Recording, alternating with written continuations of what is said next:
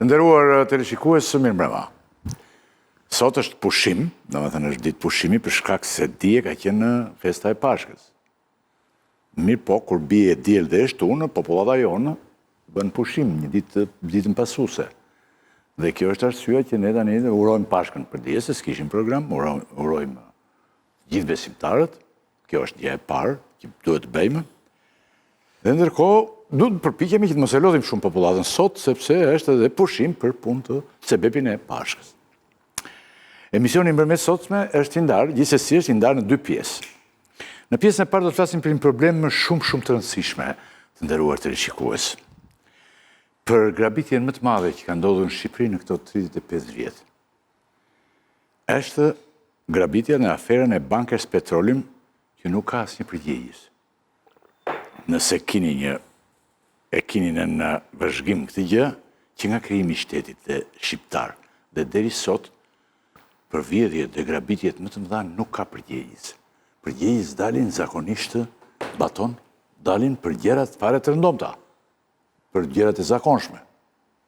Por për gjërat fare të mëdha, ku i merren parat këtij populli, i zhvaten, i hahen, i rëmbehen, nuk ka. Pra, kjo do të jetë pjesa e parë e pjesës parë, që nuk ka asnjë përgjegjës. Janë liruar dhe më duket kanë kaluar në gjendje të tjera për shkak të mbarimit të afatit të njerëzit që ishin të ndaluar, të arrestuar për Bankers Petroleum. Ditët e fundit kanë ndryshuar dhe masa e sigurisë për të ndaluarit dhe duket çështje thamë që do të shfryjë, është një përpjekje për të shfryrë dhe organet e rëndësishme që ne kemi tani së paku në gjithë duhet të kemi dhe një pyetje që pse jo fort me këtë punë. Do të flasim në këtë pjesë edhe për aeroportin e Vlorës, ku SPAK ka marrë disa zyrtarë të pandehur, por ndërkohë aeroporti vijon të jetë peng i konfliktit të aksionerëve. Ftuarit e mi do të bisedojmë edhe në këtë. Pra, në pjesën e dytë do të flasim pastaj më pas do kalojmë pjesën e dytë, ku me një panel tjetër, unë do të vijoj të bisedoj për luftën Iran dhe më pas edhe për protestën e studentëve shqiptarë në Maqedoninë e Veriut. Të ftuar në studio për pjesën e parë, unë kam Mola Zamën, faleminderit shumë. Baton Agjiu, Pano Soko, Klodian Tomori, shumë faleminderit. Në lidhje direkte me mua, do tjetë zonja Klodiana Lala, përshëndetje, faleminderit shumë. Klodi, ti nuk jete katolikët e këto pashka e këto, po të gjithi festojmë, apo ja. Do me thënë, gjitha festat ne jemi një popull që nuk lëm fest pa festuar, popullata jonë. Përfshi këtu dhe ne. Tani, i dëgjove fjalët e para ti, duket si ka një përpjekje për të amnistuar grabitjen më të madh të Bankers themin e tani, po pastaj hyn kinezët, dori Bankers nga loja, nuk e di, të flasim ne tani këtu. Çfarë ka ndodhur me hetimet për aferën e Bankers Petroleum dhe me masat e sigurisë personave të dyshuar? Çfarë konkretisht ka ndodhur? Se duket si një gjë që është lënë kështu që si një proces që hajde mos edhe mund të mbyllet. Tani duhet sqaroj që hetimet sa i përket aferës së Bankers janë duke vijuar nga prokuroria e posaçme kundër korrupsionit dhe krimit të organizuar, janë dy prokurore, të cilat po ushtrojnë ndjekjen penale, Anita Jella dhe Enkeleta Midonaj. Zhvillimi më i fundit në raport me këtë çështje ka qenë pikërisht zbutja e masës së sigurisë për 4 personat kryesorë të dyshuar për këtë aferë, që janë 2 shtetasit kinez, të cilët janë dhe CEO të kompanisë, po ashtu Leonida Qobo dhe një shtetasi 4, të cilët ndodheshin për momentin në masën e sigurisë arrest në shtëpi, por me kërkesë të prokurorisë posaçme, të 4 këto persona janë dërguar në masat e sigurisë ndalim për të dalë jashtë vendit dhe detyrim për paraqitje për faktin se 2 prokuroret kanë arritur në konkluzionin se nuk mund të mbaheshin në masa më të rreta sigurie për sa kohë që ka kaluar afati 9 mujor i para burgimit. Duhet kemi parasysh që prokuroria e posaçme mori këtë dosje diku në verën e vitit që ne lam pas, më herët e kishte patur prokuroria e Firit, e cila shpalli mos kompetencën në lidhje me këtë çështje dhe e përcolli në SPAK. SPAK është duke hetuar në 2 drejtime, sa i përket një grupi të strukturuar kriminal që vepronte brenda Bankers dhe po ashtu është duke hetuar rolin e zyrtarëve të lartë. Do të kemi parasysh që gjatë kësaj kohe 2 prokurorët kanë marrë të pandehur disa persona, por vetëm për një fraksion ose për një aspekt të kësaj dosje penale që ka të bëjë pikërisht me marrjen e disa pronave nga shteti, pra blerjen e tyre dhe dhënien me qira të lartë Bankers Petroleum, në mesin e të pandehurve është Leonida Qobo, ndërkohë që personat e tjerë janë zyrtar apo ish zyrtar të Ministrisë së Financave, por ky aspekt i dosjes nuk ka lidhje me tërësinë e aferës Bankers. Duhet kemi parasysh që në kuadër të këtyre hetimeve, kohët e fundit, pra muajt e fundit, janë dërguar disa letër porosie në drejtim të vendeve të ndryshme të Bashkimit Evropian, atje ku mendohet që janë transferuar parat dhe po ashtu ka edhe disa kompani të cilat kanë operuar jashtë vendit. Përgjigjet e këtyre letër porosive nuk kanë pritur edhe për këtë arsye ka patur edhe një sarritje të hetimit dhe nuk ka patur një konkluzion të qartë sa i përket kësaj afere. Por je dakord me ju, për fakt kjo është afera më e madhe që ndodh në më shumë se 2 dekade dhe patjetër prokuroria e posaçme do duhet të jetë jo vetëm e shpejtë në hetime, por edhe të jetë e paanshme, sepse bëhet fjalë për disa qeveri të përfshira në këtë çështje, një numër shumë të lartë të zyrtarëve, sa vepra duhet ta pranojmë që ndër vite janë parashkruar, por gjithsesi gjithë thelbi i këtij hetimi duhet të jenë parat të cilat dyshohen që janë vjedhur dhe janë përmes mashtrimit apo formave të tjera nga kjo kompani dhe ndërkohë është bërë edhe me bekimin e zyrtarëve të lartë shqiptar. Lala, ndjenin tuaja, ka me hetime për këtë çështje? Akuza kryesore, thot ju? Ka? Vijojnë hetime? Atëherë, hetimi është duke vijuar. Hetimi nuk varet nga masat e sigurisë së personave të dyshuar, pavarësisht se ato janë tashmë në gjendje të lirë, pra kanë 2 masa sigurie që janë masa alternative, detyrim për paraqitje dhe ndalim për të dalë jashtë vendit, në thelb hetimi është duke vijuar dhe sikur se thash më lart, janë duke u pritur përgjigjet e disa letër porosive, po ashtu ka dhe një akt ekspertimi që po kryhet në raport me dëmin e shkaktuar dhe një sër veprimesh të tjera hetimore. Po pavarësisht kësaj, prokuroria e posaçme mendoi se duhet ketë një fokus dhe një vëmendje të shtuar në raport me këtë çështje, sepse është në grupin atyre rasteve që përbën interes të lartë publik, për faktin se nga hetimet e deri tanishme rezulton se në më shumë se 20 vite kjo kompani përmes mashtrimit nuk ka paguar asnjë taks në buxhetin e shtetit dhe mendohet që ka fituar deri në miliarda euro. Megjithatë, një shifër të saktë nuk e ka prokuroria e posaçme për sa kohë që akti i ekspertimit është duke u kryer, por patjetër që hetimet janë duke vijuar, pra është një çështje e cila është në proces e sipër. Në fakt, ne në emisionin tonë vazhdimisht kemi patur vërejtje dhe analistët dhe të ftuarit të gjithë për paraburgimin që është një proces që këtu në Shqipëri ka më shumë të paraburgosur se sa të burgosur. Po ndoshta të gjithë ata që janë burg mund të jeni jashtë edhe këta që kanë vjedhur, kanë rrëmbyer miliarda në mënyrën më të çuditshme, po dhe ata, pjesë të qeverive të gjitha, çuditërisht.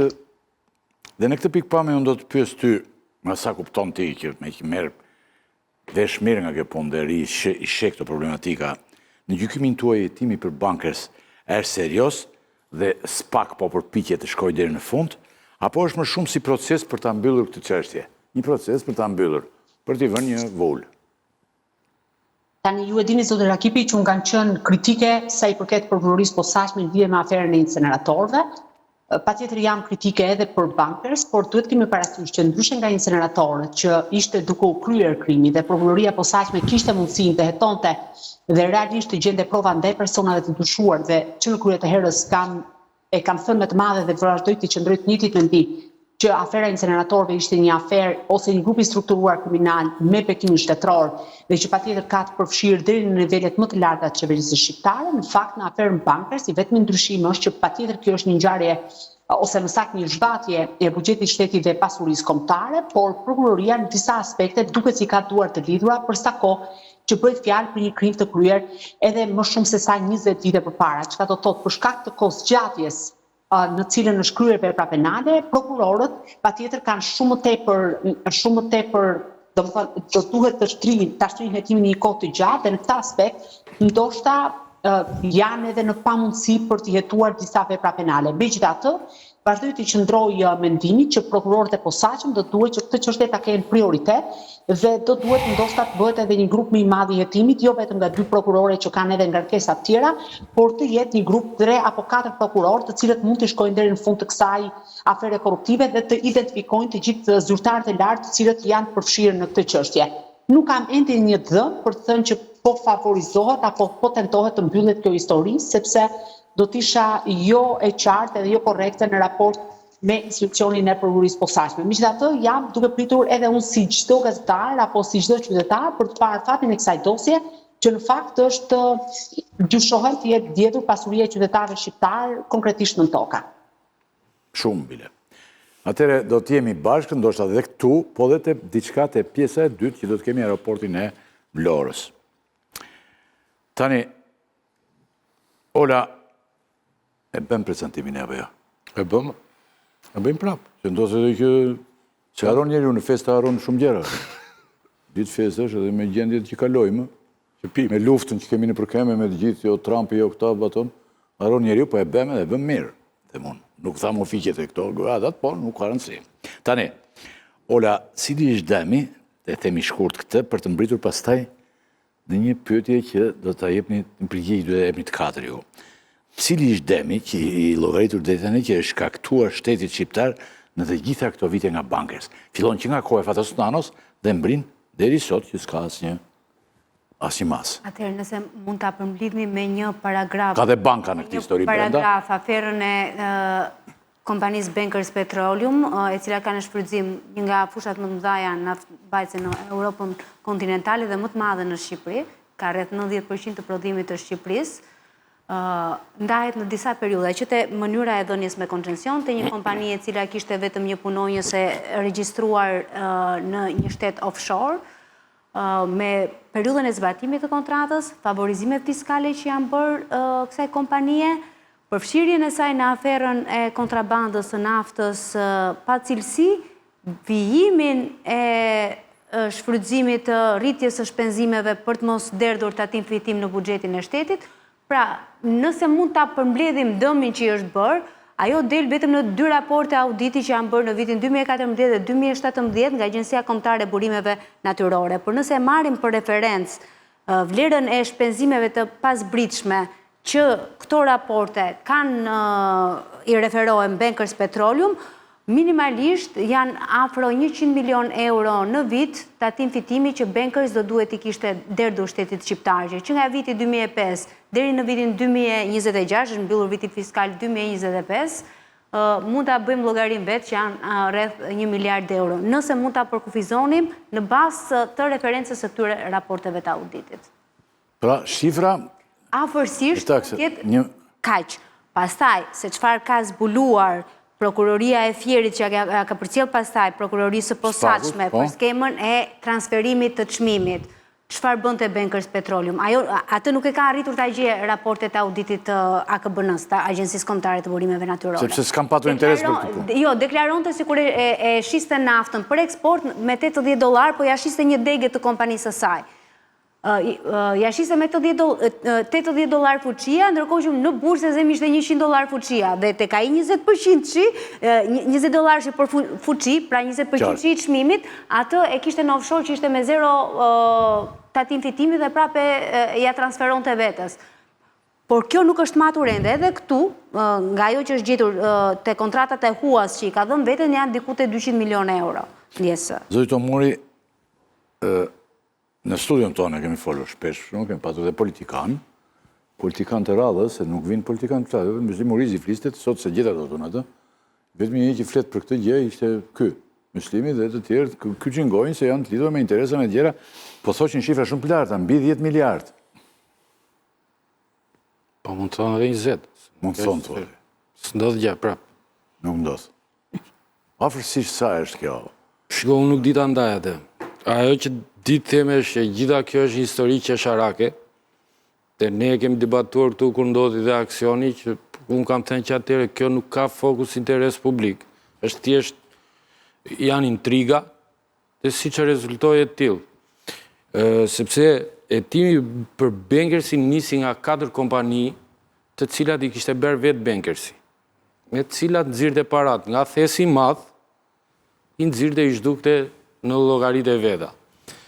Në bankave që janë këtu, Raiffeisen i përdor të këtu. Nëpërmjet jo, ajo përdor një llogari në Vjenë, që këta kanë miratuar në kontratën koncesionare dhe kjo është një çmenduri tjetër, pra nafta është e shqiptarëve, parat nuk vinë në Shqipëri për asnjë moment, shkojnë në Vjenë. Dhe prej aty Bankersi pastaj i menaxhon ndan paguën këtë doj dhe nuk ka përmbarusit rrinin në radhë.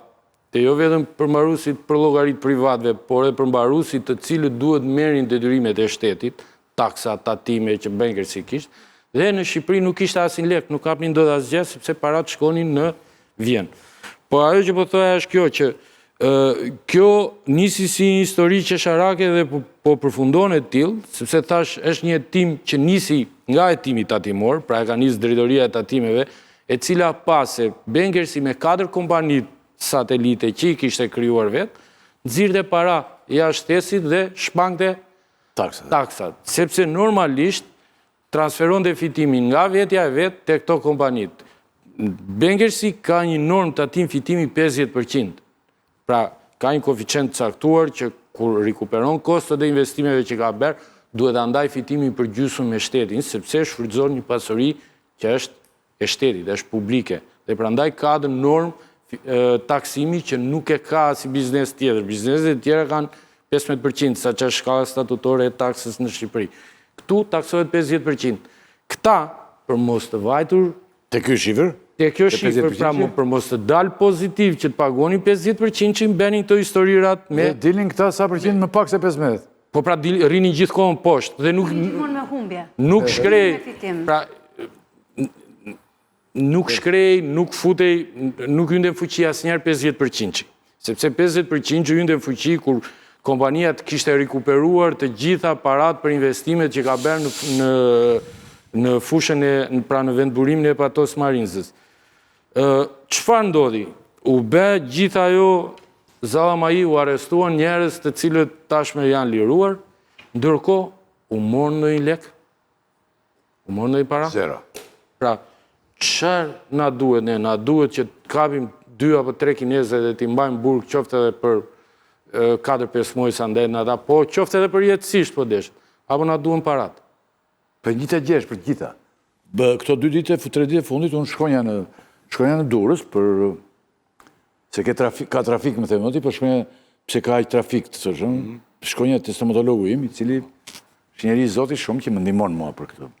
Edhe mbaronja punën derisa të bëj një gjë, të përgatitej, i binja aty te pedonalja dhe më dilte përpara një 16 kaç, të cilin e kanë ata që janë të ndaluar, por ai funksionon të normalisht dhe e kishin të gjithë. Kjo i bie tani që të marrin le të na japin edhe neve në 3-4 kate dhe le të na marrin pa kohë. Po, atëre, prandaj thash që kjo është qesharake. Kjo po bëhet qesharake. Sepse këtu, ç'a bën këta?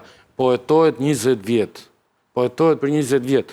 Ndërkohë që ato që këta kanë zbuluar, që ata kanë bërë, vazhdojnë bëhen edhe sot. Vazhdojnë njësoj skema. Dhe nuk është vetëm këtu, vazhdojnë pothuajse në çdo hetim.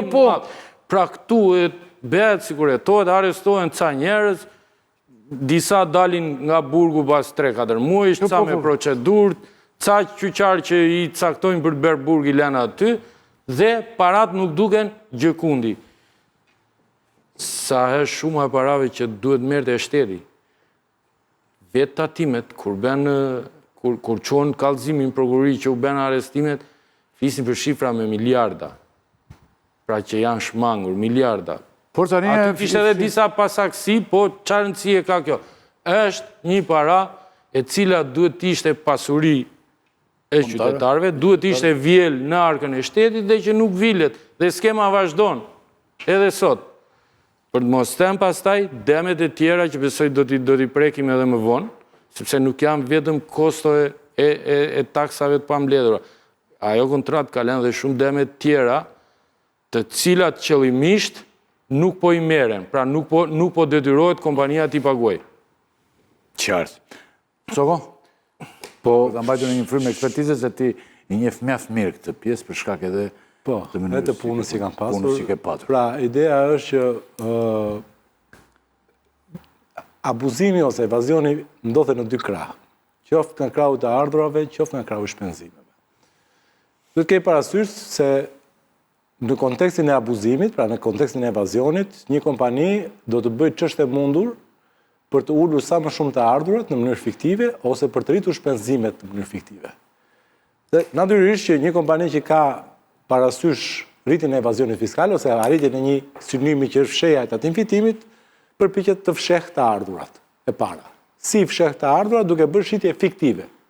Çka duhet të them, në qoftë se unë kam një shishe ujë dhe dua t'i shes yllit, i cili është bursa, po themi, është çmimi i bursës, unë nuk ja shes yllit drejt për drejt. Ja jap batonit, me çmim më të ulët, dhe i them batonit jep atij yllit. Batoni ndërkohë është një lloj me mua sepse ne jemi kompani e lidhur. Unë ne jemi vlezër, unë me Batonin jemi vlezër, unë ja Batonit tash aty. Ndërkohë që shteti shqiptar ja ka mund detyrimin. Fitimin e merr Batoni, unë paguaj taksën. Për sa kohë që unë nuk dal me fitim, nuk kam taks, atëherë jemi në rregull, fitimin e merr Batonin, në fund fare kemi marrë ne bashkë. Kjo është pjesa e të ardhurave, si ulen. Bankersi deklaronte me 70% shitjet. 70% brendit. Ka shit, mund të marrim edhe faturat të kohës, në cilat është shitur nafta e bankersit, është shitur gjithmonë me 70% brendit. Ndërkohë që në treg fare dilte me 100% brendit. Nuk diskutohet. Qartë. Më kupton? Pra, brendi, ai brend që na zë, pra që merr cif medi që quhet, që përfshin edhe Shqipërinë. Kjo është mënyra e parë. Mënyra e dytë është rritja e shpenzimeve. Pra, pasi ka mundur të ardhura, dua dhe të rrisë shpenzimet. Si rrisë shpenzimet? Prap me Batonin që është vllai im, i them Batonit, Baton, sa është ajo shishja e ujit? 500 lek. Shitja vllait ti për 2000 lek. Më kupton? Dhe Batoni ma shiste mua që jam pengersi, për 2000 lek dhe më prisej fatur 2000 lek. Ndërkohë unë ja deklaruar shtetit shqiptar me 2000 lek shishën e ujit, që bën 500 lek, a 300 lek, kujtëm sa bën. Më kupton? Po çfarë bënte? Ky 1700 lek çfarë bënte? Ulej fitimi. Fitimin e merrte Batoni. Nuk diskutohet, po Batoni s'ka 50% atim fitimi sa shka mu. Batoni 10%, 15%. 10 atëherë, 15 tani. E ka. Pra këto janë metodat që përdorët e bankës. Tani, dalë tek ajo që po ndodh aktualisht. Unë nuk besoj dot se prokuroria paktën në këtë nivel angazhimi ka kapacitetet, me këtë nivel angazhimi, ka kapacitetet për të marrë me aferën bankers. Ajo mund gjej momente të caktuara. Ekspertizë nuk mund të rrezin këta?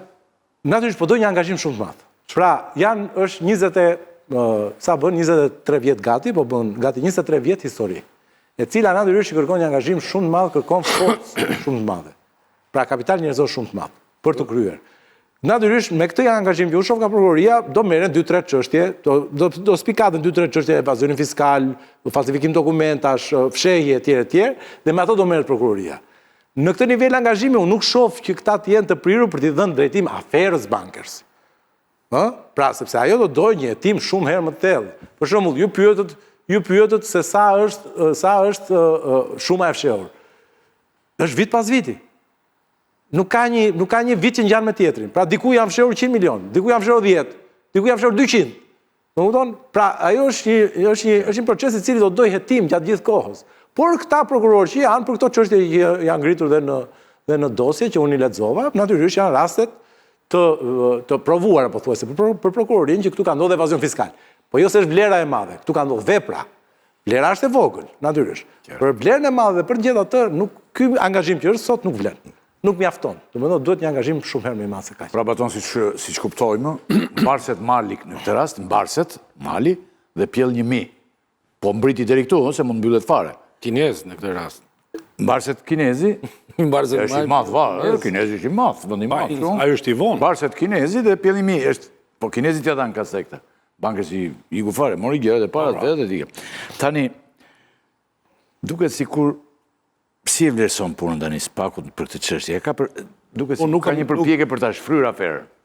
Unë nuk kam hyrë të çështjet financiare, për arsye se kam pas vetëm interes se si është e mundur që një kompani për 20 e sa vite të funksionoj në mënyrën e tillë dhe mos ketë pasoja dhe edhe për faktin që shteti nuk ka marrë, ose ka marrë shumë pak nga po themi puna dhe fitimet e bankersit. Simbolikisht po them, nuk e di, a dini se ku në fillim i ka pas bankersi zyrët. Bankers ose kompanitë si bankers do ta kenë ku do në botë kanë simboliken e zyreve, me gjama, në qendër qytetit, diçka madhështore, edhe diçka që realisht i japin një simbolik të prezencës e naftës dhe produkteve të saj. Shqipëria është i vetmi vend që e ka bankersin, që e ka dikur në zyret në periferi Tiranës. Dhe të vetmit janë që ka nikur në periferi Tiranës për të mëshelë. Tu i kanë, Ku? Në qeveri kanë qenë zyrat. Mirë. 23 vjetë. Unë nuk po thom atë pjesën, nuk di unë atë për gjithë. Dhe... Ja, doli dhe loni këtu dhe kinezi. Dhe, po më ndonë... Po. Zyrat qendrore i kanë firë ata. Jo, e kanë edhe në periferi të Tiranës. Edhe në periferi të Tiranës, po pra aty ju duhen në tjerë, po i kanë edhe në periferi. Edhe të mos duken, edhe të mos... Tash, logjika është të gabimet politike, nuk është as të kinez, as të aty. Dhe gabimet politike... Kus janë gabime këto janë rëmbime, grabitje politike.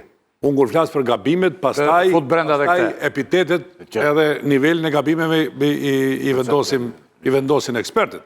E dyta që është problem, që prokuroria dhe gjukatat nuk kanë ekspert të këtyre fushave, dhe jo vetë të këtyre fushave, nuk kanë ekspert për çështjet të cilat janë, për shembull, për digitalizimin, për bankers ose për naftën, edhe për këto gjëra, nuk kanë ekspert për detektimin e krimit. Kanë, siç po thonë, këto gjëra të vogla, për evazion fiskal apo gjë tjetër, por për gjërat e mëdha që përcaktojnë dëmin e madh për shtetin dhe për qytetarët nuk kanë. Prandaj, unë e di tash 2 vitet e fundit, ka pas një tentativë që vetë qeveria ose Ministria e Infrastrukturës ta dërgoj lëndën në prokurori. Por pastaj, se sa ka pas fuqi që ta bëj këtë, unë nuk e kam ndjekur, por bankersin e kam marrë si njollën më të madhe që Shqipëria ka për 23 vitesh. Dhe deri me tash nuk e ka gjetë asnjëherë se ku është Chelsea. Në fakt, kjo është nga njollat më të mëdha në historinë e shtetit shqiptar.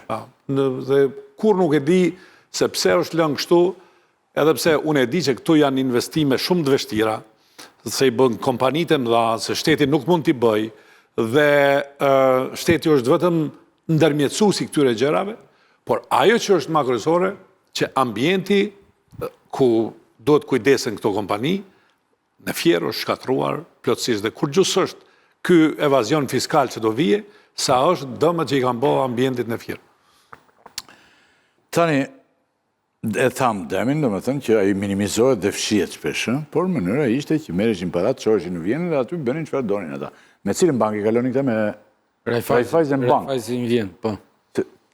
Do më thënë, gjëja me thjeshtë që të kapësh një bank, kur e bën një veprim të tillë për vitet nga dita që ka ardhur këtu dhe deri, ose elemente të tjerë, po bankën po themi me që na u kujtua kjo e para. Do me thënë, a ka gjasa që pyetja është si naive, kështu që e timi se ka gjasa sa duesh, po a ka gjasa që të identifikojnë ku janë parat? Ose a ka gjasa që nuk duan të identifikojnë mësë shumë ti? Dhe Tomori dha një përgjigje për këtë, që është qesharake, thot, komplet, apo jo? Po, do të shpjegoj edhe se për ta vazhduar aty ku e la batoni, ta kanë pas në kontratën koncesionare një klauzole cila e detyronte bankersin që në 5 vitet e fundit të koncesionit të ngrinte çdo vit $50 milion apo një shumë sa do rezultonte si garanci për atë që quhet kosto e abandonimit, pra për koston e rikuperimit ambiental. Sepse ato puset që shfrytëzohen ngele si pellgje me naftë, po ti shikosh edhe pamjet që kanë dalë nëpër media. Kjo histori, pra ngurtësimi i lekëve, duhet kishte filluar që verën e vitit 2024. Pra duhet ishte rend dakord, ose duhet ishte caktuar shifra që sa kushton dhe rikuperimi ambiental për gjithë fushën ku bankersi ka shfrytzuar puset, se atje ke fshatrat të tërë që janë zhytur në pellgje nafte, dhe duhet linde dhe duhet derte parat. Bëhet fjalë për një kosto e cila shkon apo vlerësohet 300 deri 400 milion euro. Pra, bankers duhet të jepte qeverisë shqiptare 400 milion euro, që qeveria të bente rikuperimin mjedisor, pra të rikuperonte demet mjedisore që janë bërë në fusha dhe në fshatrat e Fierit nga shfrytëzimi i naftës. Nuk e shngrirë asnjë para dhe ata po e lënë. Shteti e lë vetë. Ata po e lënë derisa këta të mbarojnë koncesionin, se kur mbaron ajo, për 3 vjet mbaron, besoj. 2004-2029. Ata do mbarojnë koncesionin, edhe do marrin tani qa kanë mundësi, si që po marrin, dhe tani janë duke marrë mirë se me këtë çmim që është nafta po marrin mirë, dhe ne dorim me duart e thata si gjithmonë. Pra, identifikimi parave... Pra qa ndodh, a i të merë miliarda apo qindra milion, të ledhe një dem 400 milion minimumi mjedisor aty, dhe të ikën. Dhe ti si shtet, nuk merë as një masë. Okej, po për qaj arrestove? Për qaj arrestove? A njësë me parat si a merë. Këte pse e lejon tani? Pati një histori atere, pati një thashe them që goditja ishte sepse donin ti ishtin kinezët nga aty dhe donin të silnin një kompani tjetër. Po unë dyshoj që aty mund vim me kompani tjetër, se këta kanë tharë, fusha ka marruar. Aty është marrë një mënyrë aqë primitive. Përsa është frydzuar barbarisht. Ata po marrin qatë mundin, do lënë tokën e djegur edhe... Dhe kompani tjetër që të futet aty gjallë në botë. Jo, nuk ka, se... Ndërkohë, njerëzit kyç që kanë bashkëpunuar dhe kanë ndihmuar bankersin të shmang, detyrime ndaj shtetit. Cilët janë? Kemi emra, se thuhet ndonjëherë në median perëndimore, nderuar shikus, që popullatës toni thuhet shpesh që është vështirë të flasim me emra. Media duhet të flasë me emra dhe me mbiemra. Përndryshe pastaj bëhet akademi. Ne ngrejmë një akademi këtu, shkollu, edhe themi teorira. Ola? Po, të gjithë ministrat përgjigjës njëherë për kontratën koncesionare, për monitorimin e kontratës koncesionare, që janë ministrat e infrastrukturës dhe energjisë, që kanë patur fushën e energjisë. Ministrat e financave, se pa tjetër drejtorët e datimeve, hetimit atimor, çfarë ka bërë deri më sot që pa pritur? Shteti i pari, domethënë qeveria. Shteti ka po kryeministrat kanë njerëz të mençur dhe të ditur. Por pyetja që ju shtruat pak më parë, nëse mund të them po patjetër. Që sa mundësi ka shteti shqiptar që të gjejë paratë. Di çfarë ndodhi në dhjetor të vitit 2025? Ajo gjoba e famshme 120 milion euro, pra 90 milion euro e gjoba dhe 30 milion euro detyrimi që kishte kaq vite që nuk kërkonte drejtoria e doganave që ta vilte, dhe pasi shkoi SPAK-u Ministrisë së Financave te dera, atëherë u firmos dhe urdhri që shko vileni, shkoi drejtoria e përgjithshme e doganave që të merrte paratë dhe nuk gjeti asgjë në llogaritë e Bankersit sepse i mban në Vjenë. Dhe në Vjenë nuk ka jurisdiksion për të bllokuar dhe sekuestruar llogaritë bankare të Bankersit. Atëherë çfarë bëri? Shkoi dhe bllokoi puset e naftës dhe nxjerrjen e naftës nga nën toka. Dhe Bankers shkoi në gjykatë dhe mbylli punën në gjykatë. Pra, aty është një thes i madh sa të gjithë janë përzier, edhe drejtësia, edhe qeveria, edhe ata që kanë monitoruar kontratën, edhe ata që janë kompani të mëdha. Pra, Bankersi është një nga autorët e kompanive më të mëdha që janë sot në fushën e naftës dhe në fushën e ndërtimit. Unë e kam padur shumë herët këtë në emisionin tim, shumë vite më parë, në televizion tjetër, që s'duhet tani të them me kështu gjërash, po me njëru paraqitin aty këta, dhe diçka ben të rëndësishme, dozën do mëse, nuk e di, se ne bëm një emision me regjizorin tim që kishe unë aty, Artan Ramën e gjithë, edhe me ekipin, investigus, bëm një emision shumë të mirë, ishte të ekipi që kishin futur këta baton, morën në fondacion, ase që quaj bordin, futën edhe Westi Clarkun. A i bombat dhe jodhin në Kosovë e këte, po ishte parat e bombave, ja paguanin këtu me bordin e këtyre gjitha, dhe unë e mora gjerësisht atë gje aty, dhe pastaj ata ndrynë fuqishëm deri aty. Po ja tani, për shembull në këtë moment, mua më shkruajnë se regjia nxori kinezin dhe këtë lonin, po i kini, por ja që më shkruajnë për shembull, më shkruajnë me njërë tani, që do t'jetë objekt, ne do t'a verifikojmë, nëse janë të vërteta këto pjesë, kjo gjë tjetër. Për shembull, më shkruajnë që vllai i Lonit, Artur Çobo, ka Tea kompanit e ka marrë 45 milion euro nga Bankers. Dhe kur dikush më thotë mua kështu, po kjo është në dosjen e timore të prokurorisë së Fierit. Pra, kompania Tea & Co ishte një nga nënkontraktorët kryesor të Bankersit, dhe rezultonte në pronësi të vllajt dhe bashkëshortes së vllajt ish drejtori të përgjithshëm të kompanisë Bankers Petroleum, Leonida Çobo. Pra, ti ke mund këto në dorë baton dhe t'jam marrë ti kem këto para dhe 45 milion t'ja edhe vlaut, ti ke vlla? Po të gjithë të denoncim... Një adhë të afrë. Ka mua, se e bëra unë. Të gjithë të denoncim, fillimisht, e bën kinezët, se doni të shkarkoni Leonidën, dhe Leonida nuk ikte. Do me thënë e kam për vetë ata. Kinezi ka... Nuk jetoj njeri kur bëjnë... Kinezi ka spionuar Erloni. Për vlla, unë atë gjonte. Kinezi po letër ku do letër të hapur, por prokuroria e Fierit u kujtua në 2024 të nisë hetimin që u mbyll në 2025. Klod, në 2024 më duket se ka nisë hetimi për Bankersin.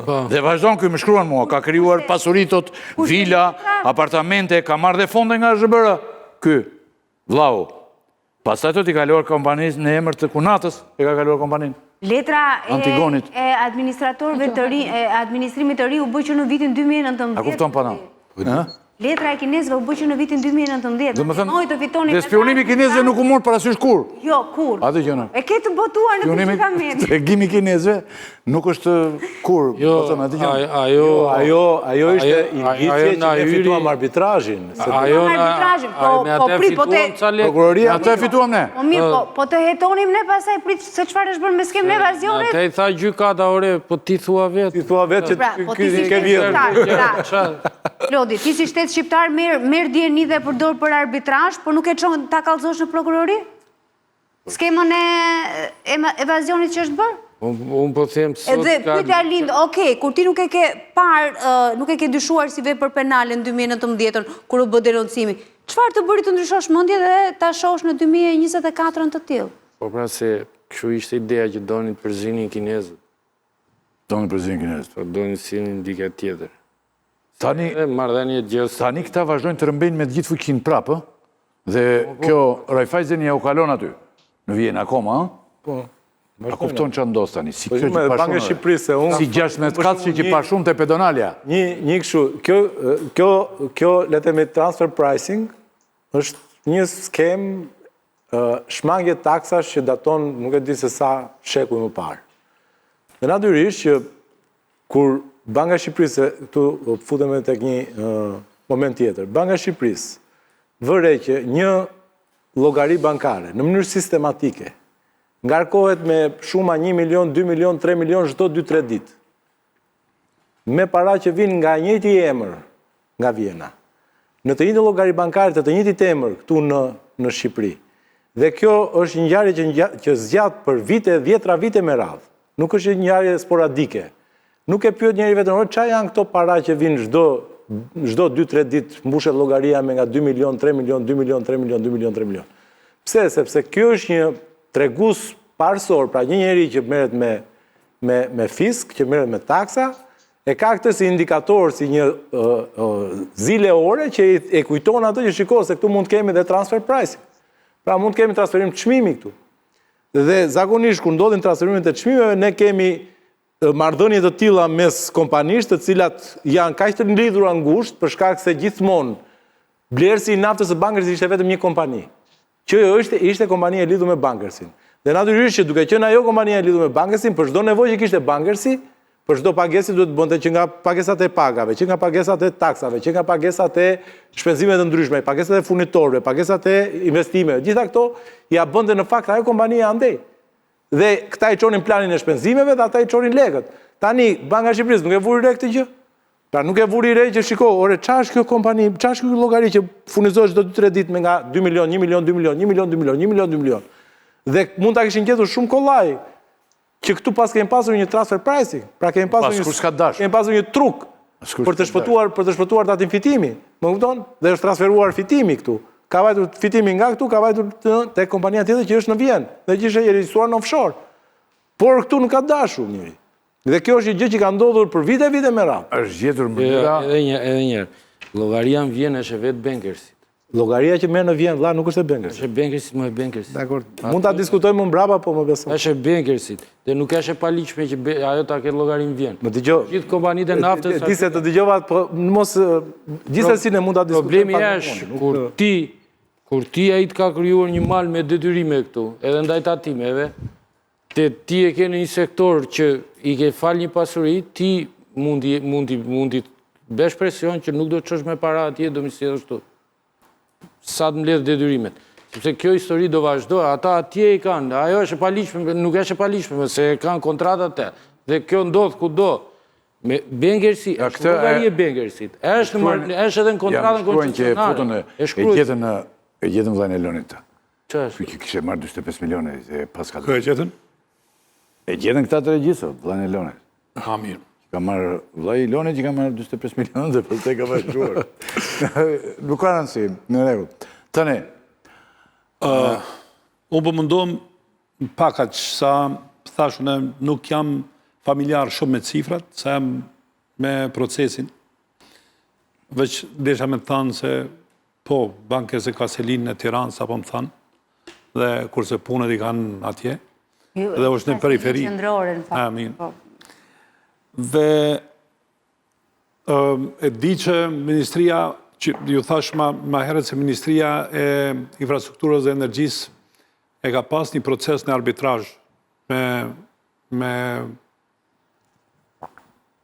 me bankers, dhe ai arbitrazh është fituar. Dhe problemet e bankers kryesisht tash janë të lidhura me dogane dhe tatimet, dhe aty prokuria ka qetë evazion fiskal, dhe aty është problemi. Për gjëra tjera, janë dy proceset tash. Me qenë se arbitrazhi është ka qenë për karbura dhe arbitrazh është fituar, me sa di unë, bankers kanë filluar dhe kinezët kanë filluar të paguajnë ato që është fituar në arbitrazh. Nuk kam informacion se sa është shumë e fituar në arbitrazh me... Rreth 110 milion dollar është Nuk e shumë di. fituar, kur 70 milion dollar janë argëtuar që në 2015 dhe... Unë po tham për procesin. Ka qenë një raport auditi viti 2015 i AKB-s dhe tatimeve që... Në rregull. E di që në proces... Për ta sqaruar me qënë se e prekëm se... Jo, a bën vetëm diçka, kur ta thon procesin ti sqaroj shifrat, se unë nuk jam familjar me shifrat dhe nuk i di. Pra arsye se s'jam marrë asnjëherë. Nga kjo nga debati që ju bet kuptohet që ata kanë bërë një pagesë qesharake në qeverisë, shumë turp. Ja, nuk e di as sa shumë, e di që ka qenë një proces në arbitrazh, dhe ai arbitrazh ka përfunduar dhe Ministria e Infrastrukturës e ka fituar këtë arbitrazh. Shkak të denoncimit të kinezëve është fituar, e tham pak më parë. Jo për shkak të zotësisë së Ministrisë së Infrastrukturës. Nuk e di, prapë po them, ky proces ka ndodhur në arbitrazh. Pjesa e dytë që është tash, është pjesa ku diskutohet për largimin e kinezëve nga deri në vitin 2028-2029, dhe është në proces të bisedimeve largimi tyre.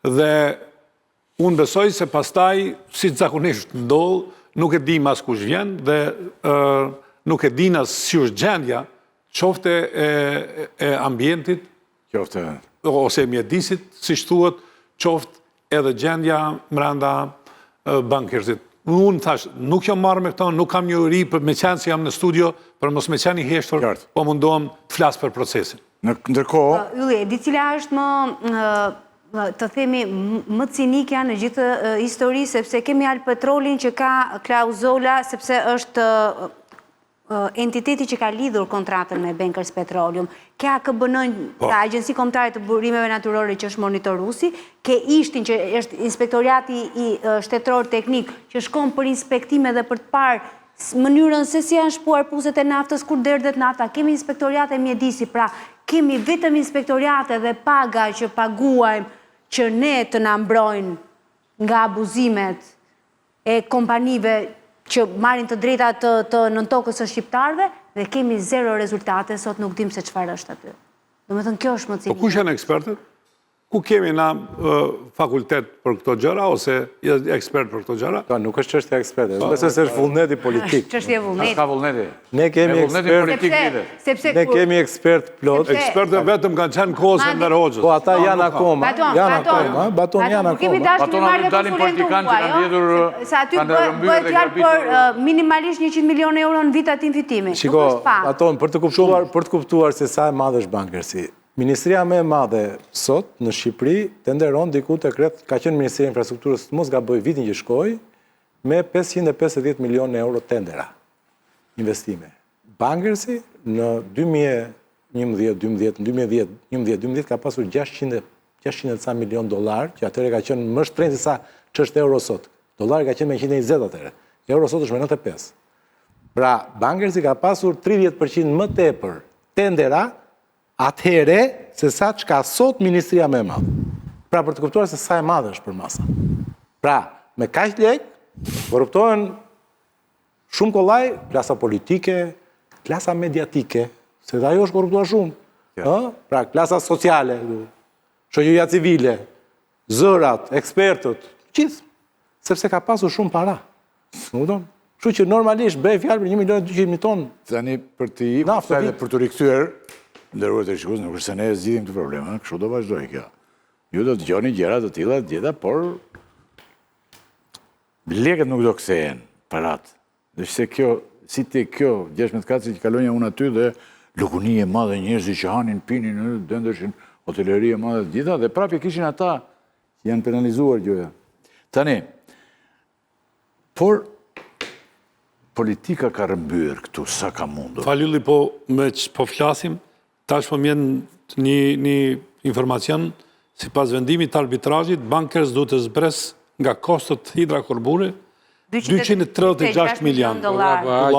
Gjysme asaj në takon ne. Shpenzimin të viteve 2012-2017. Gjysme asaj në takon ne.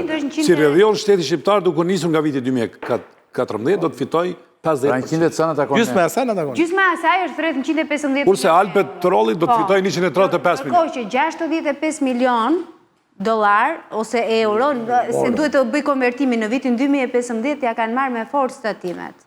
Do me thënë që të përdorim një frazë shumë të qartë. 65 është vjel, tani kanë diferencën e 115. Janë edhe këto kostot aty. Pra që të përdorim bato një fjallë banale, po të shumë efikase është pordi kalin dërdanit. Këto parat që do marrin. Kërkoj falje popullatës se është dhe ditë feste e gjitha, po ka pjerë vërtet. Tani, Mirë që e kam pushim ata tamës. tani, rëmbyrë shumë kanë këtu edhe politikanë, deputete e gjera. Tani, a i sa e kalon dhe vlezërve, i që nëzorëm në vlojnë e Lonit. Nëse do të bëjmë një krahasim mes qeverive tani, kush si mendoni ju, kush i ka favorizuar më shumë bankerin dhe ka rëmbyrë më shumë, apo kanë punuar një loj kanë grabitur të dy palët, si mendoni, 23 vjetë, Po të paktën e kemi hequr naftrat aty, kemi shpëtuar nga naftrat më zënë. S'kemi më naftra. Jo, nuk jam kaq pesimist sa që ashtu Flodi. Nuk e shoh kaq pesimist të situatën, unë besoj se ka aty do të ketë ka rezerva akoma, nuk diskutohet sepse edhe shtresat janë shfrytzuar deri më sot, nuk janë pra janë shtresat e sipërmet, janë ranorët kryesisht është marrë nafta në ranor, natyrisht që në Zharza ka treguar që edhe në gërqeror në 2000 metra mund të nëse ka investimet mira, mund të prodhohet naftë dhe aty ka Mirëmbrëma thotë dikush tjetër. Mirëmbrëma thotë dikush tjetër, mjafton të shikoni të gjithë punonjësit që kanë punuar te AKBN, ISHTI dhe Inspektorati i Mjedisit se sa janë pasuruar për të kuptuar nëse kanë qenë profesionist apo faturist për xhepin e tyre. Qartë jemi. Ty kanë marrë gjithë tani çatë. Gjithë kanë. Do të thënë, unë e shoh që edhe pas 2029-s mund të kemi një kontratë të re. Mose mund të kemi një shtyrje kontrate. Italia thua ti nuk kishte fuqi të merrte ai që sa mori në kohën. Mori shumë pak, ë? Po ku kishte fuqi Italia? Ku erdhi atëherë ishte minimale për Unë nuk e di, unë di këtë që kur atë kishin kanadezët, ajo shkoi 20.000 fuqin ditë prodhim. 1.2 milion ton ka vajtur. 1.2 milion. Kur e kish Bankersi ka qenë eksporti i naftës në Sot është më pak se 8. 600 është sot. Sot ju flasim është 600 sepse janë në dekomisionim. Pra është diku 2 herë ca më pak. Aty Shiko, sot janë në dekomisionim, pra ajo që thua ti çfarë do të thonë? Ajo që theti plani i abandonimit në marrëveshjen e hidrokarbure përmendet edhe plani i shfrytëzimit gjatë periudhës së abandonimit. Po. I cili duhet të vitë duke, raporti i shfrytëzimit në periudhën e abandonimit duhet të vitë duke shkuar drejt zeros. Më kupton, për të arritur tek produkti paraekzistues, ai që jep Alpetrolit. Më kupton? Bankersi ka dhënë Alpetrolit rreth 110.000 ton, ka filluar. Në fillim jepte 110.000 ton prodhim paraekzistues. Duhet ta çojë fushën në atë nivel. Dhe duhet të uli prodhimin për gjatë kësaj kohe. Pra nuk mund vazhdoj të shfrytëzoj me të intensitet. Çfarë është kjo më pana? Po, kështu është më tani. S'ka lidhje kjo më dha, abandonimi është kur ti marron pusin. Po, prandaj pra po them, që të mbaroj pusi do ta mbyllje. S'ka lidhje me prodhim para ekzistus. Ti e mbyll edhe... Më dëgjoj. Do të mbylli puset që ti dekomisionoj pra. Po pra, ai po mbyll se s'ka investime, nuk kanë bërë me investime, prandaj ka reprodhimi, nuk ka lidhje me këtë. Puset që dalin jashtë lojë, dalin. Klodi. Jo puset që dalin jashtë lojë, do ta kthej fushën në gjendjen e mëparshme. Po pra. Pra kuptohet, të gjithë puset do t'i presi. Po preu puset, s'po ja se do nxjerri. Jo të gjithë, mo puset që janë punë janë. Ata që ka pasur do t'i ketë. Puset që marron, ai e kthen në gjendje. Klodi kupto. Çdo gjë që ka bërë ai do të kthehet në gjendjen e mëparshme. Pra siç e ka marrë fushën do ta lë. Ky është abandonimi. Çdo gjë. Okej. Më kupton? Jemi në limite për këtë pjesë, do kalojmë në një moment tjetër, do të rikthehemi, kuptoj, dhe gjitha, po, ne këtë kemi, të flasim, me kupton se gjitha dhe tjera i kanë të tjerët. Tani, kalojmë të një moment të aeroporti i Vlorës, çfarë është tani aty? Pengi mashtrimit. Zonja Lala, qoftë se je, bravo, faleminderit shumë, se ty po të mbajmë. SPAK u ka komunikuar akuza disa zyrtarëve në lidhje me tenderin e aeroportit Vlorës. Kush dhe për çfarë akuzohen? Çfarë është kjo? Kam përshtypjen se Del pak kam dalë fokusi apo jo? Nuk dukesh. Ato po përpiqem të bëj, kërkoj ndjes. Regjia përpiqu të se na e largove Klodin mo. Ndryshe. Na e ktheve sikur do. Klodi regjia aty. Klodi se këtë ndodh një gjë aty. Duhet të dalë më në qendër. Rregulloheni pra Klodin, o zotrinj, se nuk është edhe këtu në Tiranë, se pastaj kemi lidhje me Maqedoninë dhe do na merrim qaf fare. Ata janë larg. Ata janë dhe larg dhe do na i fshini fare ata. Keni shumë kohë për Klodin të fut njëri këtu unë. Ola, para se të ç'po ndodh në aeroportin e Vlorës, kush e zotron sot aeroportin? Edhe për ngjarjen, çfarë janë këta që po ndiqen? Se s'po e lidhin Klodin tani. Edhe këtë nuk e bën ja. Ja, u lidh. Klodo. Çfarë është kjo tani? Atëherë, kush dhe për çfarë akuzohen këta? Atëherë, meqense në pjesën tjetër nuk Po ty duket sikur të tërheq njeri mo. Po s'mo tërheq njeri, ka një problem sa i përket konfigurimit, nuk e di nëse është në rregull tani. Jo, konfigurimi ti e bën apo e bëjnë këta këtu, se po e bën ti e falur, po e bëjnë këta këtu është gabim. Tani e në rregull, po nuk duhet lëviz. Se ikën në djathas. U fute këte me këta djathas. Jo, largohu pak, largohu nga telefoni dhe e kje në rregull. U bere djath dhe ti, fort e djath. Vazhdo? Edhe pse punon, edhe që i fani djath është. Raja i djath është dhe edhe ti e lëshuar drejt djathës. Bëjnoj shaka, hajrë. Në që shumë ironik son dhe zotë Rakiti. Në lidhje me bankersin, flasë për mikun tim tani. Unë mendoj, patjetër. Në lidhje me bankersin, nëse më lejon, duhet të them që nuk ka patur asnjëherë vullnet politik për ta hetuar, ndërkohë që sa i përket përfshirjes, mendoj që kanë qenë përfshira të gjithë qeverit, që nga kryeministri, të gjithë ministrat dhe drejtuesit tatime dogana etj me radhë. Në lidhje me aeroportin e Vlorës, Jo, i dhe për sprapi. I ke prap. Nuk di ta them, ka një problematik me konfigurimin, ndoshta është celulari im që nuk është në rregull tashmë. Atëherë në lidhje me aeroportin e Vlorës. Gjithë bota është në rregull, nuk e vetëm celulari tani. Gjithë bota është keqë. Vazhdo, tani jem në rregull. Atëherë, në lidhje me aeroportin e Vlorës, prokuroria e posaçme ka thirrur dhe ju ka komunikuar akuzat disa zyrtarëve të Ministrisë Infrastrukturës dhe Energjisë për veprën penale të shkeljes së barazisë në tendera. Ky veprim i prokurorisë posaçme është kryer për faktin se bëhet fjalë për parashkrim të veprës penale dhe duke qenë se është një vepër penale e cila ka afate të përcaktuara, me qëllim që kjo vepër të mos parashkruhet, prokurorët kanë nxituar të komunikojnë atyre këtë akuzë. Çka do thotë?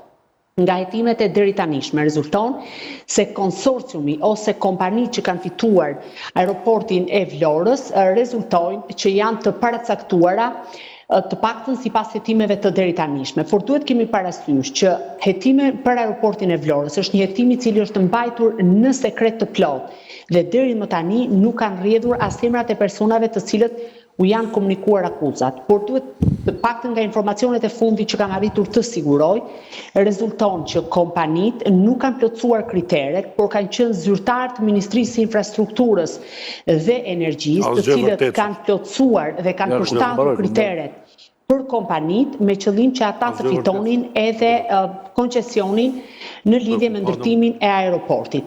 Patjetër që në lidhje me këtë çështje, prokuroria e posaçme është duke hetuar edhe për vepra të tjera penale, sikurse është vepra penale e korrupsionit, vepra penale e pastrimit të parave dhe vepra të tjera penale siç është shpërdorimi i detyrës.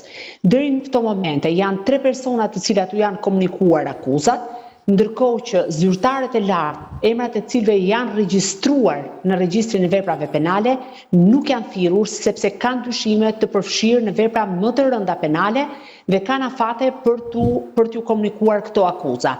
Por në thelb rezulton që koncesioni ose kompanitë që kanë fituar tenderin për ndërtimin e aeroportit të Vlorës kanë qenë të paracaktuara. Nëse marrim një paralele pak a shumë si rasti i tunelit të Llogaras, pra kompania ka qenë e paracaktuar dhe më pas prokurorët kanë gjetur edhe shkelje të tjera, të cilat lidhen me largimin e një kompanie turke. Duhet kemi parasysh që janë E qartë, tjetër çështje kjo, po pyesim për këtë.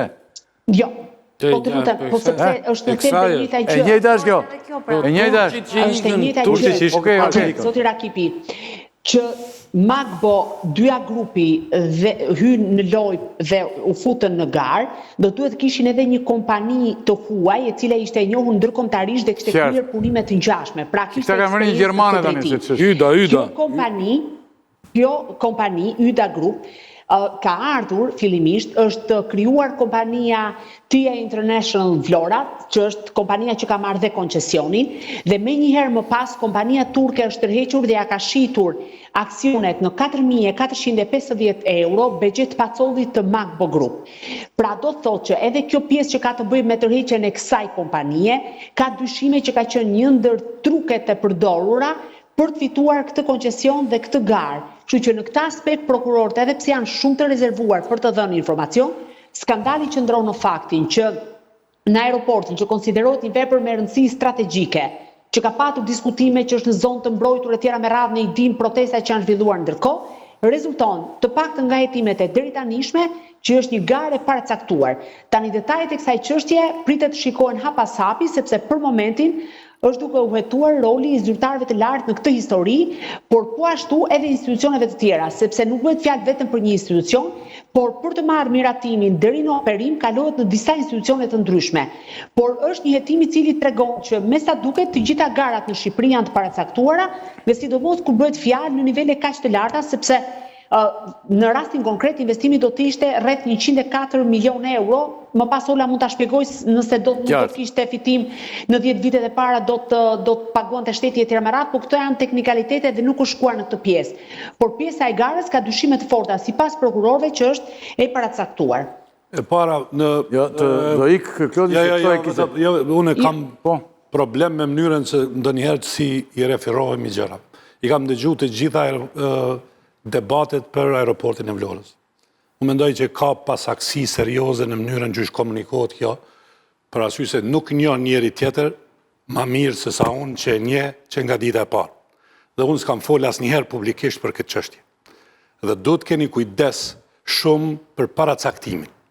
Për arsye se Klodi, në momentin kur po flet ti, kur është hap tenderi për aeroportin e Vlorës, ka qenë pandemi dhe askush në botë nuk ka dashur që t'investojë në për aeroporte, që as ka pas fluturime, as ka pas çështje. Vetëm pak. Kontrakt me negocim të drejt për drejt, siç autorizuar. Po jo, po nuk mund ta hapësh garë dhe pastaj të thuash më që na erdhi njeriu, i thash buxhetit dhe balon ademit të kompanisë. Mos spekulo, lutem. Mos spekulo.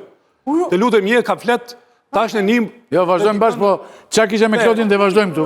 Jo, vazhdojmë. Pastaj çka kishe me Klodin. Çështja se çfarë bën prokurori, se si e shtron çështjen, është hulumtimi i tij. Dhe fundin atë e di. Zoti Axhiu.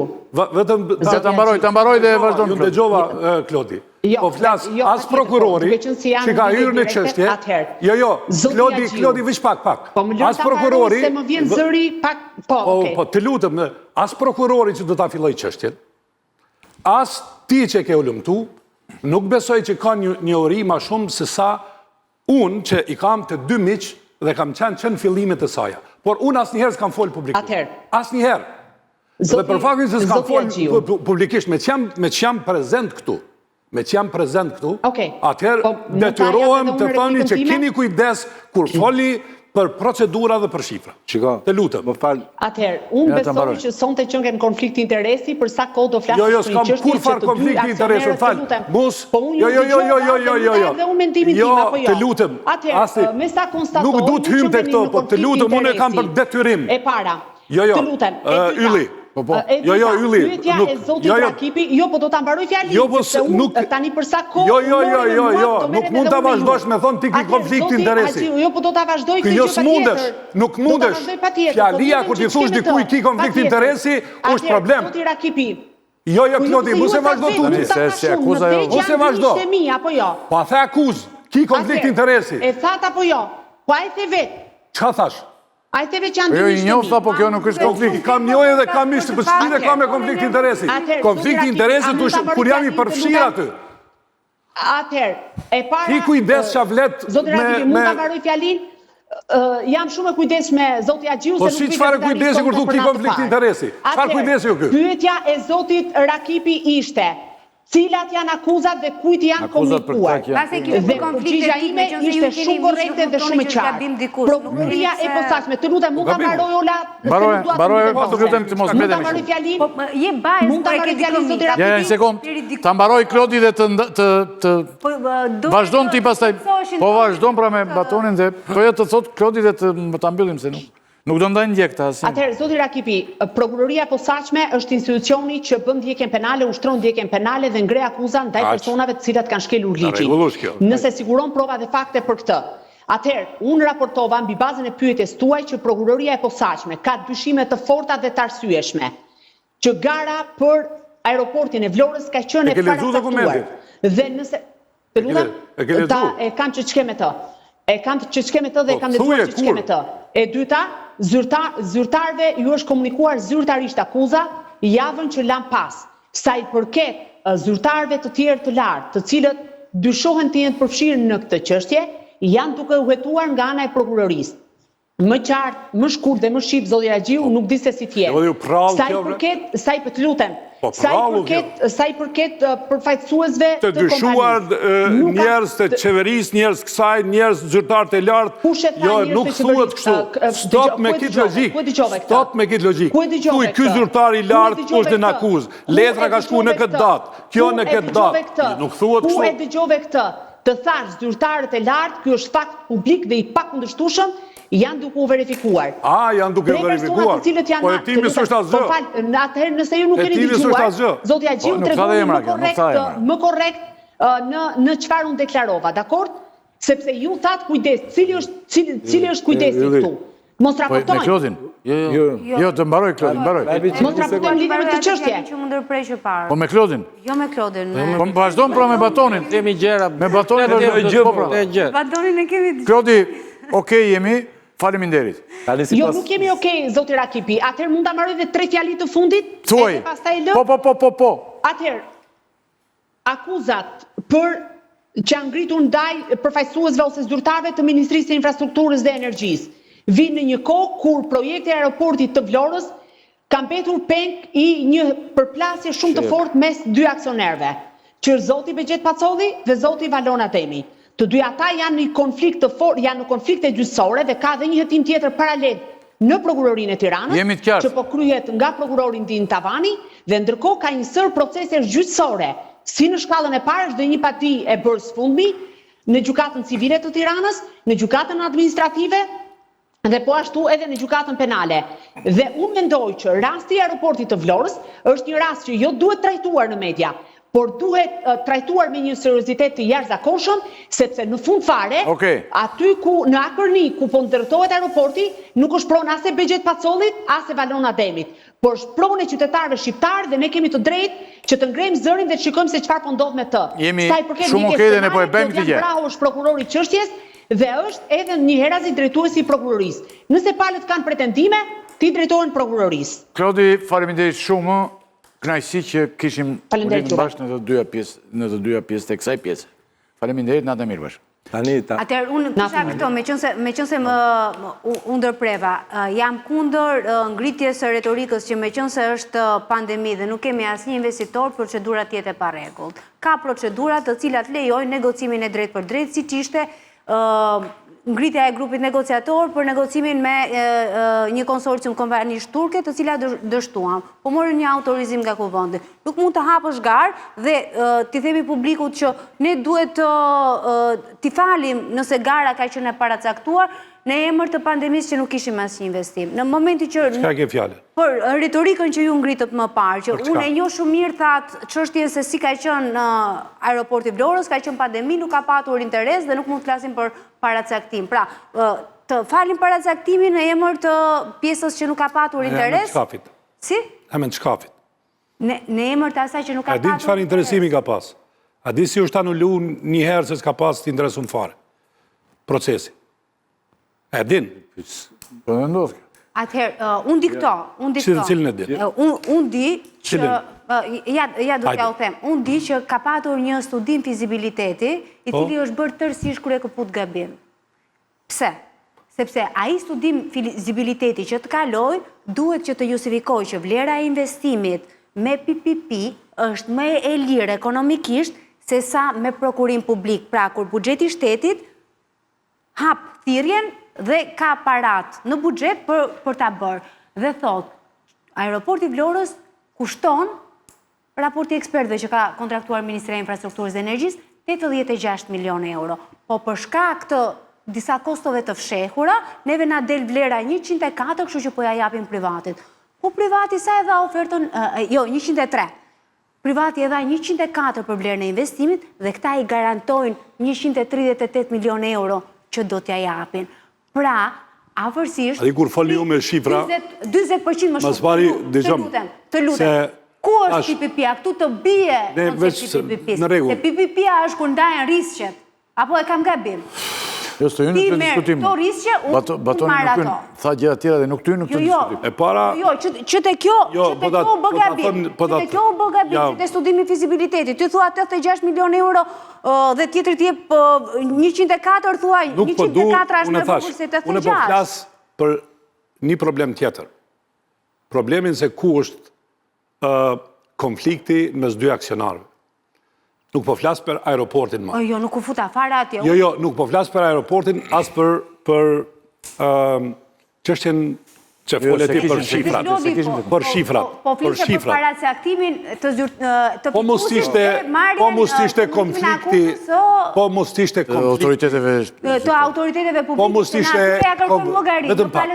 Vetëm pak. Po mos ishte konflikti i dy pronarëve dhe paraqitja në prokurori. Kur nuk do diskutoj këtë çështje këtu. As studio, as konti. Për këtë shkak diskutohet. Dhe shifrat për cilat flisni tash janë një prallë bukur. Nuk e di në këtë studio, po është diskutuar kur ndodhi shitja, ka patur disa lajme. Asnjë lajme fare se zakonisht lajmet ndodhin kur humbsi ankohet për diçka. Rregullisht. Kur ikën turqit, kur u larguan patjetër e ke gjithë mediat. Kur janë ikë turqit? Çka janë ikë? Në vitin 2022. Etash hapi, lajmet i ke, është raportuar, si s'është raportuar? Qiko, unë besoj se ka një këshu. Apo unë ta jap një, pastaj ju... Baton, që të shkarkojmë emocionalisht ty. Jo, nuk du se jam në një studio, nuk kam gashtë asë një abra. Tani, të them unë, nuk është faj i askujt që Bexhet Pacolli del vete edhe thot që ne vajtëm tek ministri më ktheu kurizin, u kthye nga Turqia. Pike për Bexhet Pacolli. Ti pike, i papërgjetshëm kur flet, i papërgjetshëm unë jam marrë shumë seriozisht Bexhet Pacollit dhe prokuroria me sa duket ja pas ka marrë shumë seriozisht. Duhet të bindin prokurorin që Bexheti është i papërgjegjshëm. Është i papërgjegjshëm. Nuk ka nevojë të flasësh ti asnjë llaf se kanë fol për njëri tjetrin ata sa të prokuroria të ri një muaj rjesht. Dhe vetëm me akuza dhe njëri tjetri, për të të lehtësuar emocionalisht. Jo me shumë emocionalisht. Pra, të kuptosh, të gjitha këto, na i ka dhënë vetë Zoti Pacolli, Zoti Ademi, të cilët janë edhe shumë televiziv. Më kupton, pra nuk ngurojnë të dalin në televizion. Kështu që mos u mundo për t'i mbrojtur, sepse ja kanë bërë gropën vetes. Pra, ja kanë bërë gropën vetes. Bexhet Pacolli e ka deklaruar, ndoshta prokuroria atë intervistë ka dëgjuar, që ka thënë, ore prit, tu që ka paracaktuar, se kjo e pas ka thrit zyre tjerë. Pra, e ka thënë vetë, mos u mundot t'i mbrosh, sepse, do më dhe një thua, Olës për... Do më dhe ta kuptosh. Me pak fjali. Ka thënë kjo tjetri për Bexhetin, ka thënë që ka bërë gjysmat e shpenzimeve që ka deklaruar, thot, pra, evazionin fiskal, partneri jotë, ja ka thënë partneri jotë, dhe ka marrë një kredi, thot, nga rusët. E ka thënë vetë më partneri vetë. S'ka nevoj me folë ti. A bënd të... O jo morën s'fola për diçka tjetër. Bexheti pastaj për Valonin. Jo, vetëm kanë thënë, po dhe kanë kalzuar. Kanë kalzuar, më kanë qunë prokurori njëri tjetrin, më. Pra ndaj po them që prokurori në këtë rast e ka më të lehtë se që kishte ai Bangersi, gjykatësia të Bangersit. Kushta që s'duhet. Pra ata ja kanë bërë gropën vetes. Jo, vetëm... Prandaj po them që... Vetëm ta sqaroj. Unë e di që është ngërçit të pasurit miq, e kuptoj. Jo, unë po du me sqaru se s'kam fol asnjëherë publikisht, po detyrohem sa. Asnjëherë. Ngjarjen e Banker, më fal, aeroporti Vlorës dhe ke mësuar nga goja e këtyre dy zotërit. Vetëm ta sqaroj. Më kupton? Njeriu i parë që ka shkruar publikisht, po më duket, jeni ju. Dhe shkrimi afërsisht 70%, 80% ka qenë i përmbushur, korrekt ka qenë. Dhe kam lexuar me vëmendje. Në korrik, po. Po, në korrik. Ky konflikt ka lind në maj, me njëherë pas... Zgjedhjeve. Jo, me njëherë pas inaugurimit formal që është bën me 8 maj, ose 11, jo 8, se me 11 kanë qenë zgjedhjet.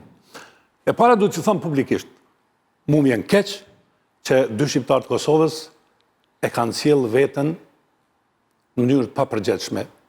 E në këtë papërgjithshmëri Bexhet Pacolli është i pari. Valoni është pasojë e papërgjithshmërisë së Bexhetit. Dhe ky konflikt nuk është konflikt brenda aeroportit Vlorës, s'ka lidhje.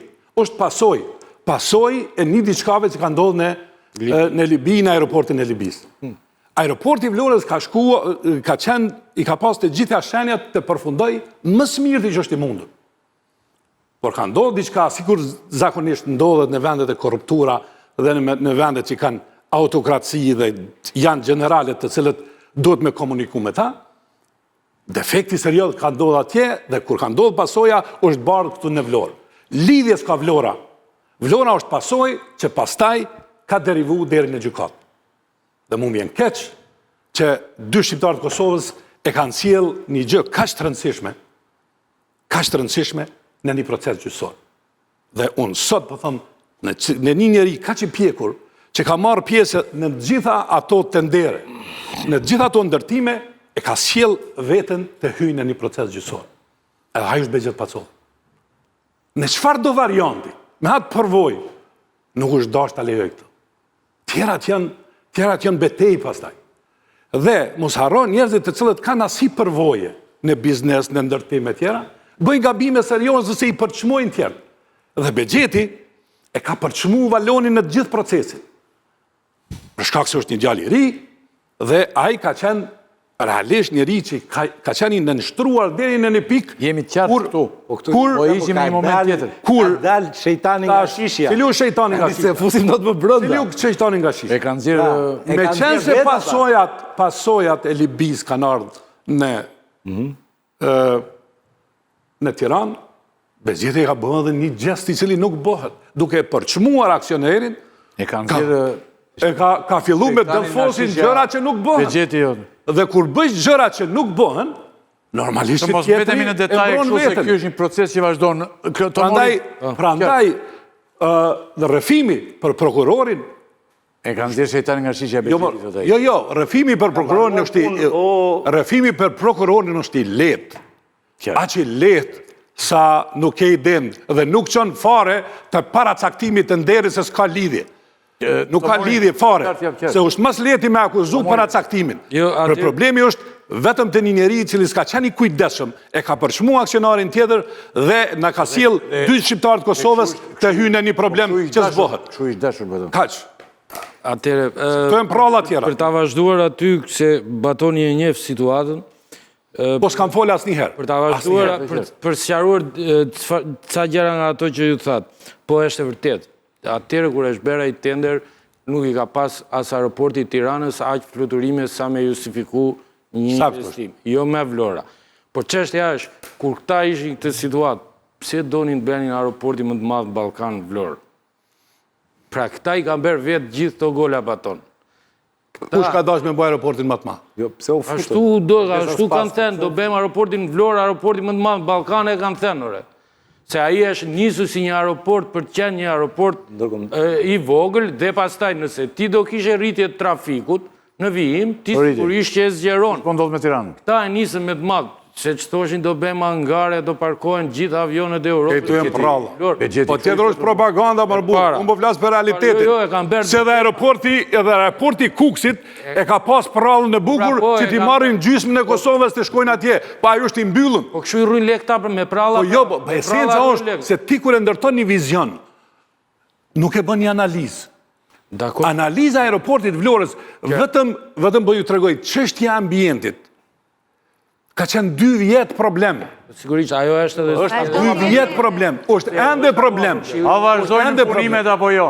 Një sekundë se do vi madhe. Vazhdo të mërë. Për atë punën e paracaktimit, që aty gara ka qenë fiktive dhe s'ka pas, e ka thënë vetë buxheti, vajtëm atje, e tha panua i ndama kësi. Edhe kjo s'është e vërtetë. Për Turkun, Edhe kjo s'është e vërtetë. Turkun e ka si e Ma beso që s'është e vërtetë. Turkun e ka si e buxhet. Aksioneri kryesor. Ti duhet a di shumë mirë, Turku beri spitalin në Fier, sepse e sollën për ta bërë spitalin, nga parat e spitalit pagoj 3 milione gjysëm nga të vetat, dhe ato 3 milione gjysëm i mori kushiti aksionit. Kuriku nga aksionet. Si ka marrë 3 milione gjysëm. I ka marrë. Turku i ka marrë 3 milion, i ka marrë në Turqi. E ka dhënë dhe këtë një intervizë. Edhe këtë e ka thënë. More, ju thoni sa të doni. Turku ka qenë Unë nuk flas për pare, nuk flas për pare. Të s'du, unë po flas, cila është dhimbja ime. Që 2 shqiptarët Kosovës Tani po flasim për ka kanë bëhor. nacionalizëm. Po pra, po kjo është dhimbja jote. Foni qa dush. Unë e kam branda vetë. Ola, një sekundë se Po jo, folëm. që është kjo për nacionalizëm? Kjo është dhimbja jote. Kush po thot për nacionalizëm? Nuk ka Dy lidhje shqiptarët Kosovës shumë u duk. Zodia Gjiu.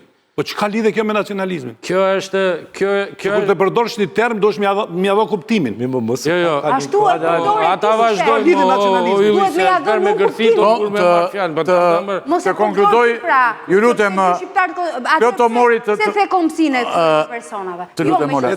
Jo, se po ishte duke folur... Nuk bëjmë dohu si Klop Lala, tani që nuk do le. Çfarë rëndësie ka nëse janë të Kosovës apo të Për mu ka rëndësi shumë. Për çfarë? Për arsye se dëmtojnë bizniset tjera të cilat kanë dëshirë me ardhë në Shqipëri dhe krijohet mosbëshueshmëria. Dhe mosbëshueshmëria është problem serioz. Për ty nuk është problem serioz. Se ti jashtë atë temës, kontekstin social dhe politik nuk e analizon. Dhe unë s'ta kam fare se kam problem se ti se analizon. Për mu ke u problem serioz. Nëse për ty nuk është, për mu është shumë serioz. Bangladeshi, këta dhe do zieshi, nuk do t'i tremnin investitor të huaj? Vetëm që janë nga Kosova, se pse duhet të përcaktohet nëse janë 2 shqiptarë të Kosovës apo jo. Mu duk që termi jot ishte populisto nacionalist. Cili është populist, mërë? Këshu mu duk. Po pasojat janë serioze. Ta vazhdojmë edhe njerë. Të mori. Ti ketë drejt kur thuj që dhimbja ime është se i ketë 2 miqë, janë 2 shqiptarë në fundit, janë 2 biznesmen që nga Kosova që duhet kishin bërë sukses. Problemi është që pasojat që ka marë publiku nga ata është shumë e madhe. Sepse ai aeroport nuk dihet kur do hapet. Dhe mbi atë aeroport, me atë aeroport janë lidhur dhe ca investime të tjera shumë të rëndësishme në jug.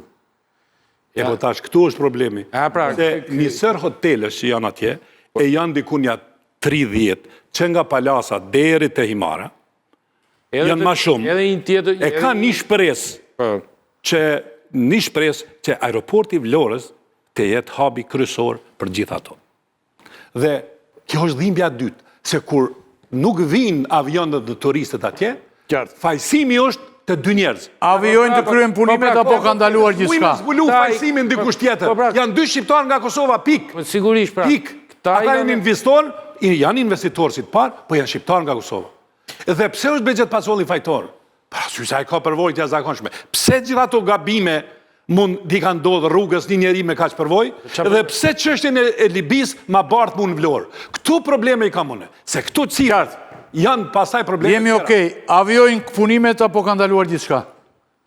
Jo, ma aty punohet, po nuk merret vesh, nuk dihet kur mbarohet, ka qenë afati për të mbyllur në shkurt, Në shkurt tha nuk e kapin, thanë nga vera me kismet, me sa duket edhe nga vera nuk e kapin, dhe unë nuk mendoj që ai ka për të bërë ndonjëherë.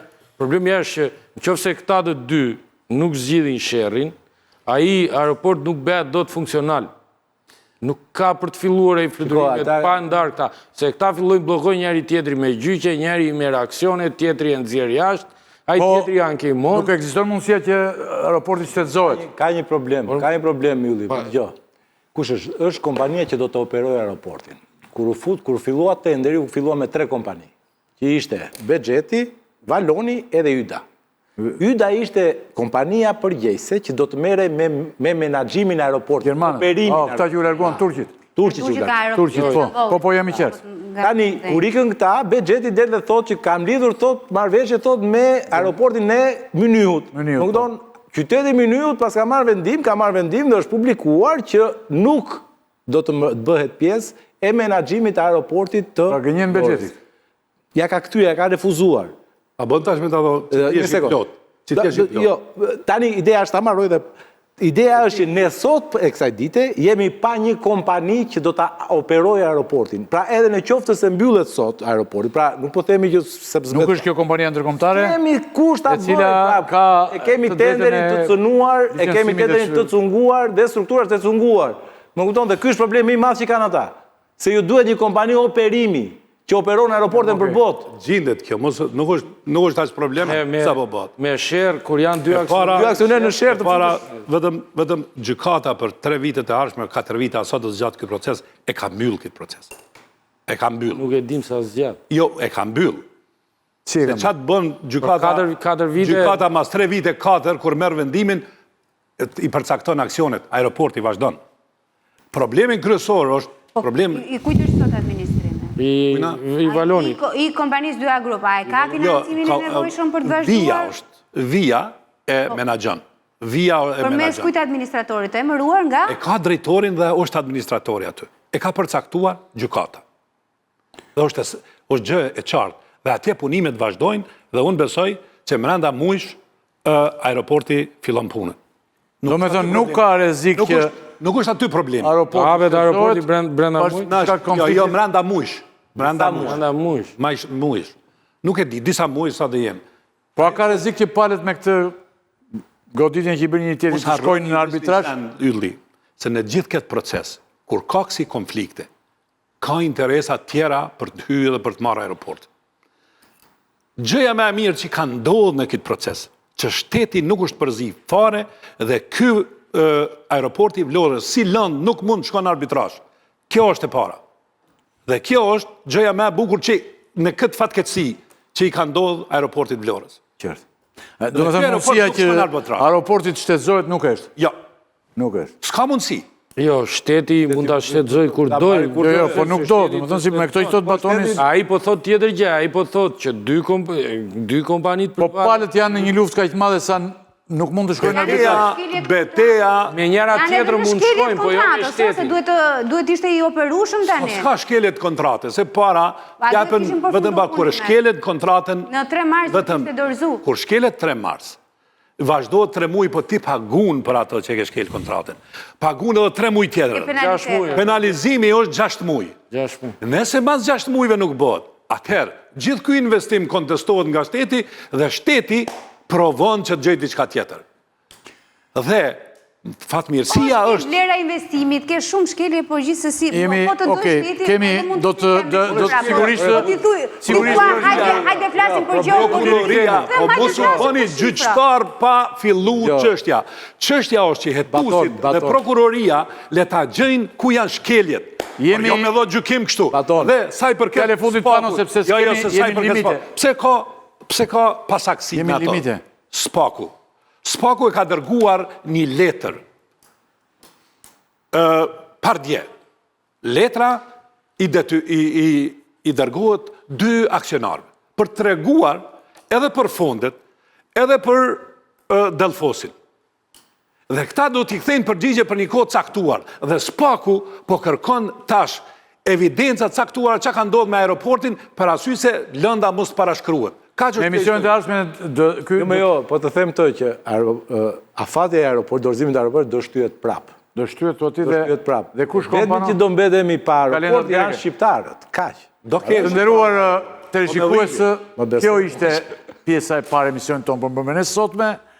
Unë falenderoj zonja Zema, faleminderit shumë, zoti Tomori, zoti Sokov, shumë faleminderit. Batoni Vion të mbetet pjesën e dytë. Mbijem në një pjesë mjaft interesante ku lufta me presidenti Trump kishte dalë shumë gjatë sot, foli gjatë. Bile edhe unë kur për rika nga shtëpia ai po fliste, që erdha këte në këtë drejtim, se mbasditja në Amerikë bie që është ora më mbasditja jonë, shumë e vonë. Ora drekës. Është ore drekës aty dhe ai po fliste shumë gjatë dhe deri nesër e ka lënë dhe do të kush e di çfarë do ndodh. Domethënë do të bëm bombardime shumë të mëdha dhe do shkatërrohet fare. Dhe Irani tha të gjithë do kthehet në epokën e gurit e të gjitha dhe ne do të vijojmë të flasim tani në këtë pjesë të botës e shpojnë ndodh sa i bote Për epokën e gurit. nuk kuptojmë shumë, kemi filluar të mos kuptojmë shumë nga kjo botë nderuar. Po dhe popullata jonë përgjithësi këtu ka filluar të mos i kuptojë dhe nuk ka faj. Shumë gjëra nuk kuptohen.